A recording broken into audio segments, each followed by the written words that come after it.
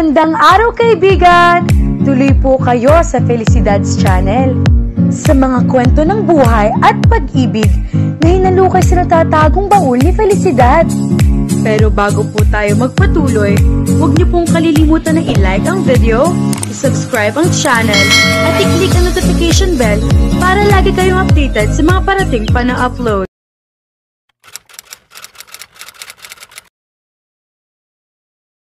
Ipinabibigay po ni Kuya Orlan at Vera. Inabot niya ang maliit na shopping bag na hawak ng kasambahay ni Orlan. Cellphone at charger ang laman niyon nang tignan niya. Iyon ang cellphone at charger niya. Itinago pala iyon ng unggoy kaya hindi niya nakita sa mga gamit niya. Lalong naging malinaw sa kanya na ayaw talaga nito na manumbalik ang lahat ng memorya niya. Ini-on niya ang cellphone. May mga missed calls doon sina Elias, Azenith, ang kumpanyang inaplayan niya ng trabaho sa Parañaque at ang mommy niya. Mayroon din mga text messages na hindi pa nabubuksan. Kung ibinigay lang sa kanya iyon noon ni Orlan, ay baka bumalik kaagad ang memorya niya at ang trabahong pinakihintay-hintay niya. Nakalampas na pala sa mga palad niya, napatiimbagang siya dahil iyon sa kagagawa ni Orlan. Nakaalis na ang kawaksi ay nananatili pa rin siya nakatayo roon.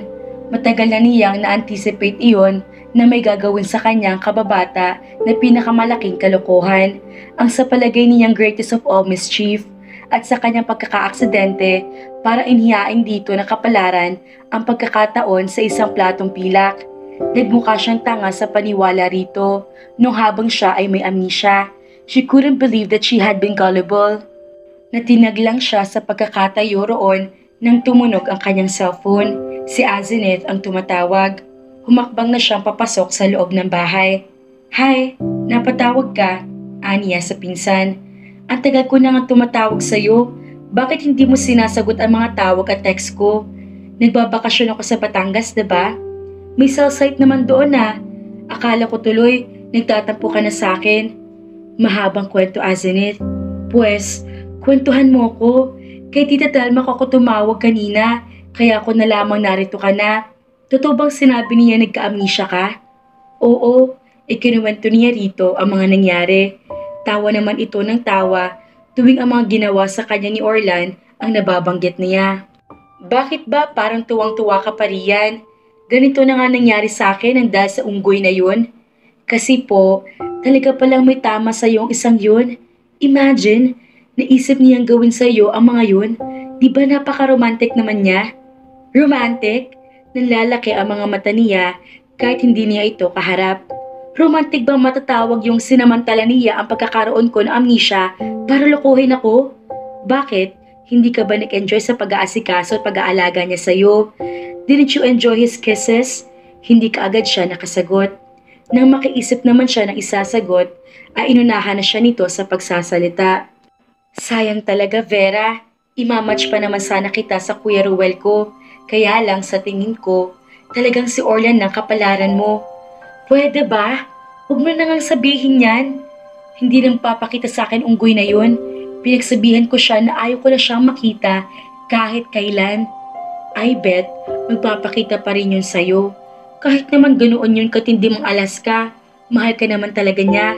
Ipinagtatanggol mo pa ang unggoy na yun pagkatapos sa mga parwisyong ginawa niya sa akin? Vera, maaring niloko ka ni Orlan at pinapaniwala ka sa ilang kasinungalingan. Pero i-analyze mo na ba kung anong nagtulak sa kanya para gawin yon? Isipin mo nga, ikaw na rin naman ang nagkwento, inalagaan ka niya. Nagpanggap siyang asawa mo, pero hindi naman siya lumampas sa dapat. Hindi siya nagsamantala sa sitwasyon. Ang sabi mo pa, hindi naman kayo lumampas sa halik. Iisa lang ibig sabihin kung bakit niya nagawang ibigay sa'yo ang ganoong respeto. Kung hindi mo pa rin makuha kung ano yon at bakit, idilat mo pa mga mata mo. Hindi na naman niya nagawang sumagot. Natatandaan mo pa ba yung babaeng hinimatay na tinulungan natin, Vera? Mula sa tinitingnang prints ng mga larawan, ay tiningnan niya si Elias. Pumunta ito sa kanila upang ipakita ang mga kuha niya sa ginawa niyang pictorial bago siya magtungo sa Batangas. Naikwento na niya rito ang nangyari sa kanya. Ayon naman dito, noong wala siya sa kanila, may isa uli sanang proyekto siyang gagawin. Print ad lang iyon, ngunit kahit papaano ay trabaho pa rin. Kaya lang ay hindi nga siya makontak nito kaya pinalitan na lamang siya. Si Mrs. Ellen Ramos? Tanong niya rito. Oo, nagkita ulit kami. Bumalik ulit siya rito sa subdivision para hanapin ang anak niya. Nag-volunteer naman ako sa samahan siya. Alam mo bang nakita nga namin ang anak niya? Talaga? Oo, tuwang-tuwa nga si Tita Ellen. Hindi matapos-tapos ang pagpapasalamat niya sa akin. Itinatanong ka nga niya, ipaabot ko na lang daw ang pasasalamat niya sa'yo. Mabuti naman pala. Imagine, 23 years na yata siya naghahanap sa anak niya. Papunta nga ako sa kanila ngayon eh. Inimbitahan niya ako. May Thanksgiving party sa kanila. Sumama ka. Wag na lang. Wala pa ako gana sa mga party ngayon eh. Nagkaproblema na naman ba kayo ni Orlan? Kibit balikat ang isinagot niya dito. Sabi ko na nga ba, pati kasi siya matamlay rin. Niyaya ko nga sa gym, pero mas gusto pa niya magmukmuk sa kanila. Akala ko pa naman, nagkaayos na kayo. Noon kasi kadarating ninyo galing ng Batangas, masayang masaya siya. Nagpatuloy ito nang hindi pa rin siya kumibo. Alam mo, kung may lihim naman kayo pagmamahalan sa isa't isa, lunukin nyo na lang ang mga pride nyo. May lang ang buhay. Kung nasa atin naman ang makakapagpaligaya sa atin, bakit hindi na lang natin gawin? Alam mo, para ikaw yung pinsan ko, pinipilit din niya na mahal ako ni Orlan. Ito lang ang masasabi ko sa inyo. Kung mahal nga niya ako, hindi niya ako lolokohin. Itinaas nito ang dalawang kamay.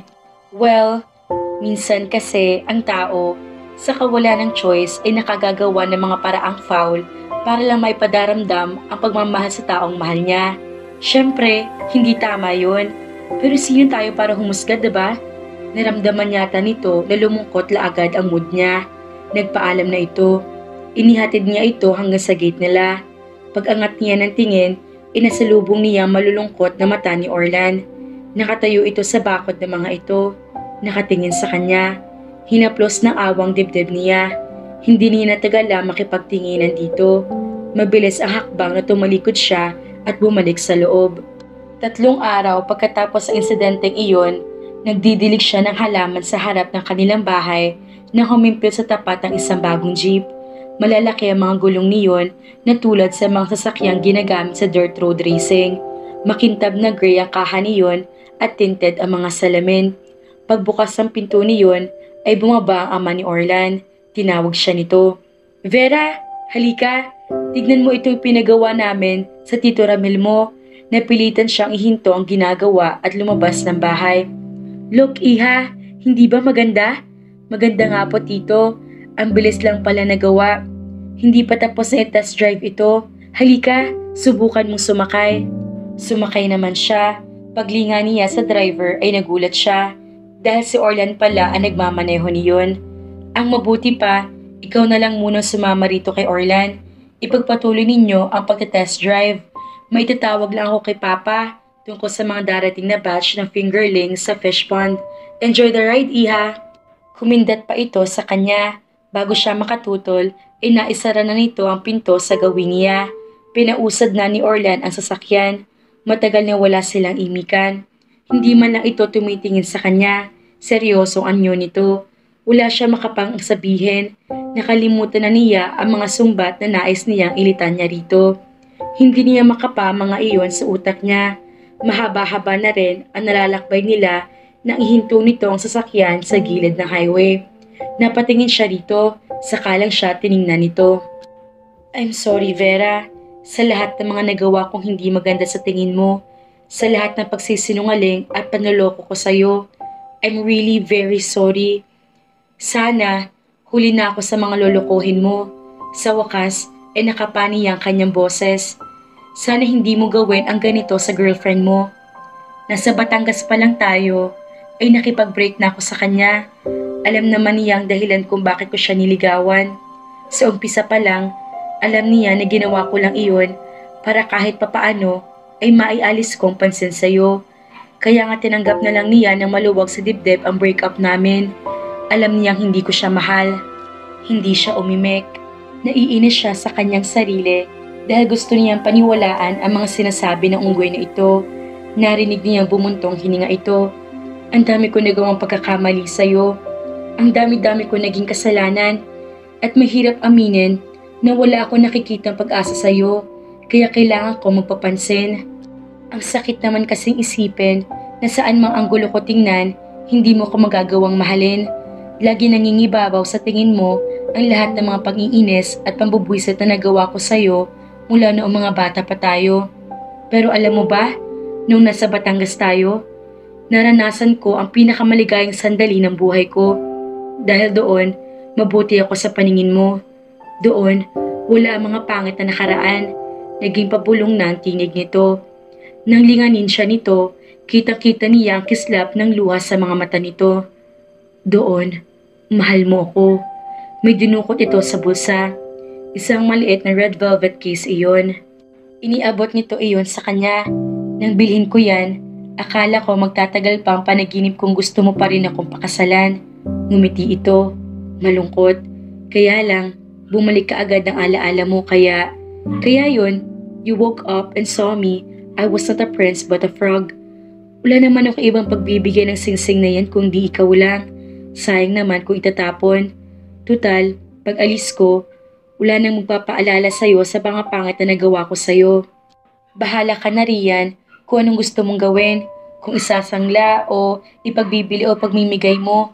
Pagkasabi niyon, ay pinausad na uli nito ang sasakyan. Samot-saring emosyon ang pumupuno sa dibdib niya habang naglalakbay sila. Aalis na ito.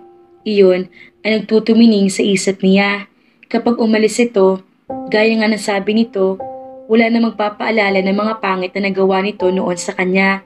Ngunit, nangangatwiran din ang isang panig ng isip niya.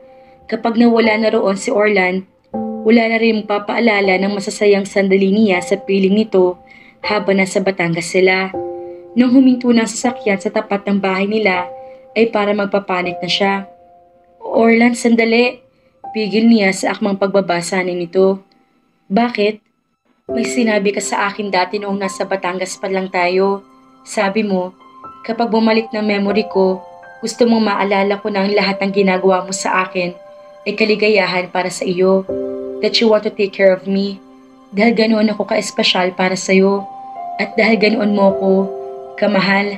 Totoo ba yun? Alam mo naman siguro ang sagot dyan. Siya naman ang bumuntong hininga. Kapag hinalikan kita ngayon at hindi ka naging palaka, maniniwala ako. Basag na ang tinig nito na magsalita.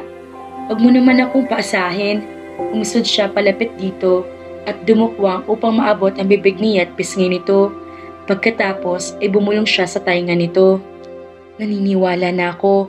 Narinig niya ang paghugot nito ng hininga bago siya nakulong sa mahigpit na yakap nito. Akala ko talaga ayaw mo na akong makita kahit kailan. Nabulagan lang ako ng galit noon. Kalimutan na lang natin yon. Sabihin mo na lang yung gusto mong marinig.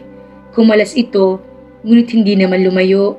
Kinuha nito sa kamay niyang singsing at isinuot sa daliri niya. May bakas pa rin ang luha sa mga mata nito, ngunit pilyo na ang kislap noon. Kung gawin ko na lang muna kaya ang gusto mong gawin ko. Napahagikik siya. Pwede rin, isang masuyong maalab na halik ang naging tugon nito. Halik na hindi lang niya inaamin noon sa sarili, ngunit mes na rin niyang gawin ni Orlan sa kanya. I love you, sweetheart. Will you marry me? Natawa na naman siya. Nasagot ko na yan. Siya naman ang humalik sa bibig nito. I love you too. Kapwa hindi makapaniwala ang mga magulang ni Vera at Orlan na magsabi sila sa mga ito na magpapakasal sila. Ilang ulit siyang tinanong ng mommy niya, ganoon din ang daddy niya, kung talagang gusto niya magpakasal kay Orlan. Sabi naman ni na Tito Luis at Tita Dulce, maghintay muna raw sila ng ilang buwan bago magpakasal.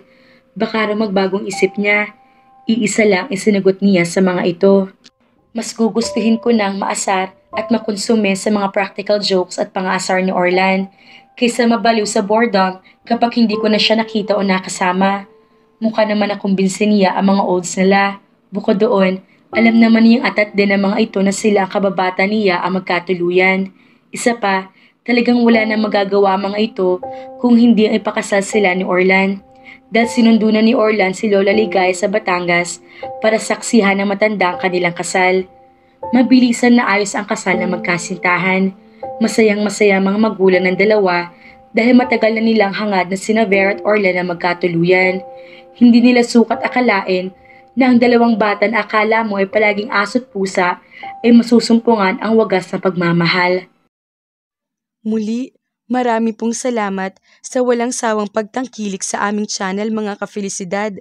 Nananatili kayo nandyan para sumuporta sa amin. God bless po. Hanggang sa susunod na istorya. Shoutout po kina Nuraini Aini at Jerilyn Tagumaya. Maraming salamat po.